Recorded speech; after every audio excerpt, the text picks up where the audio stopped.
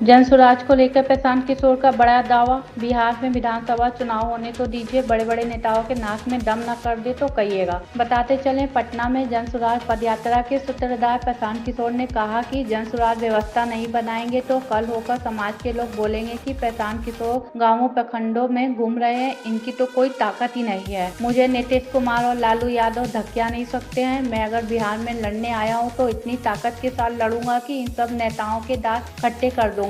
पश्चिम बंगाल में आपने मेरा काम देखा होगा, मैंने ही उनकी नस ढीली की थी। भाजपा ने पूरी भारत की ताकत लगा दी और मैंने कहा था कि 100 पार भी नहीं होंगे। भाजपा वाले हुए 100 पार, जितना पैसा लगाना था उन्होंने लगा दिया, पर कुछ नहीं हुआ। समाज में कई ऐसे लोग हैं जो लड़ने के लिए लड़ते हैं, हम उनमें से नहीं हैं। अगर लड़ने आए हैं तो इस बात को मान कर चलिए कि जीतने का खाका भी दिमाग में लेकर आए होंगे, सोच समझ कर आए हैं। ये कठिन काम है, इसको करने में कितनी ताकत लगानी पड़ेगी, कितना पसीना बहाना पड़ेगा, कितनी व्यवस्था बनानी पड़ेगी और कितना संसाधन लगाना पड़ेगा, सब कुछ सोच समझ कर व्यवस्था बनाने आए हैं। बिहार से अमरजीत सिंह की रिपोर्ट। अगर ये व्यवस्था नहीं बनाएंगे तो आप ही कहिएगा अरे तो कर रहे घूम रहे, इनका ताकतें नहीं है, भाजपा से लड़ेंगे कैसे। दोनों ओर से आप सवाल उठाइएगा। इसलिए ये व्यवस्था बनाकर चल रहे हैं कि आप हमको कमजोर मत समझिए।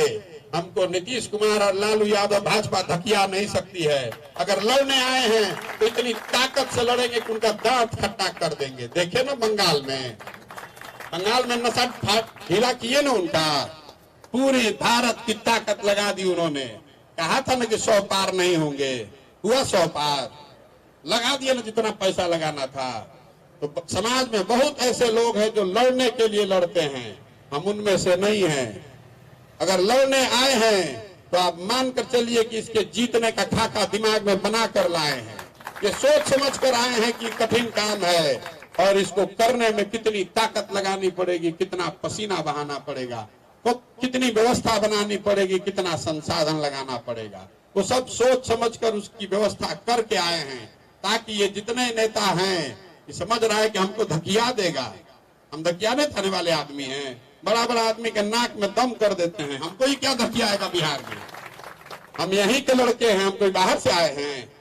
देश भर का नेता जो चुनाव हारता है तो हमारे पास आता है और हम अपना चुनाव जीतने के लिए इनके पास जाएंगे। आप उसकी चिंता मत कीजिए। एक बार समाज खड़ा हो गया तो जन बल के आगे कोई बल नहीं है। मैं आपसे हाथ जोड़ के इतना ही कहने आया हूँ, किसी का बंधुआ मजदूर मत बनिए। अपना और अपने बच्चों का भविष्य देखिए। जो आपके बच्चों के लिए अगर आप वोट नहीं करेंगे तो आपको आने वाली पीढ़ी माफ नहीं करेगी।